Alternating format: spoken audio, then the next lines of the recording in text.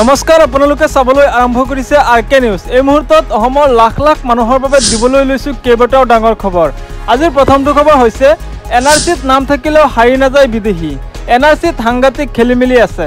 অসমত হ'ব এনআৰচিৰ পুনৰীক্ষণ।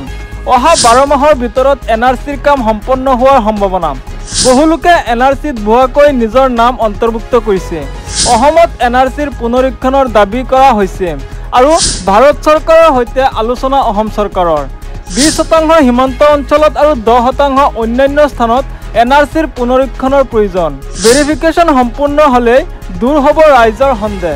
আছুকে ধৰি অসমৰ অন্যান্য দল সংগঠনেও বিচাৰিছে ভেৰিফিকেশ্যন। সদনত মুখ্যমন্ত্ৰীৰ উদাত্ত বাহন। পৰৱৰ্তী খবৰ অশান্ত দুবৰী। 188 ধাৰা জাৰি দুবৰীত নিয়ম ভংগ কৰিলেই লোৱা হ'ব একশ্যন। নিহা অশান্ত হৈ পৰিছে দুবৰী। প্ৰশাসনে জাৰি কৰিছে 188 ধাৰা।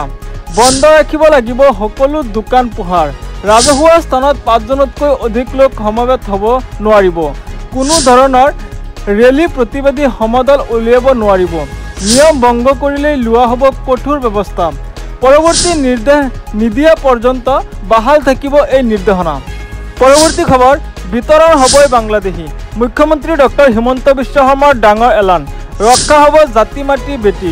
বিতৰণ হ'বই লাগিব বাংলাদেশী। ডিচিসকলে যাক জাকি অবৈধ বুলি ভাবে তেওঁলোকে অবৈধ বাংলাদেশী আৰু কোনো বাংলাদেশী বাচি যাব নোৱাৰিব। অসমত বাংলাদেশীৰ কোনো স্থান নাই।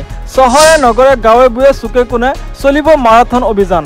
এনআৰচিত নাম থাকক বা নাথাকক বাংলাদেশী বিতৰণ হ'বই। জাতি মাটি বেটি ৰক্ষাৰ বাবে যোৱা 4 বছৰত বহু কাম হ'ল। সদনত উদাত্ত কণ্ঠৰে মুখ্যমন্ত্ৰী ডক্টৰ হিমন্ত বিশ্ব শৰ্মাৰ ডাঙৰ এলান। এনেধৰণৰ খবৰ নিতৌ পাবলৈ চেনেলটো ছাবস্ক্ৰাইব কৰি ভিডিঅ'টোত এটা লাইক কৰি দিব। ধন্যবাদ।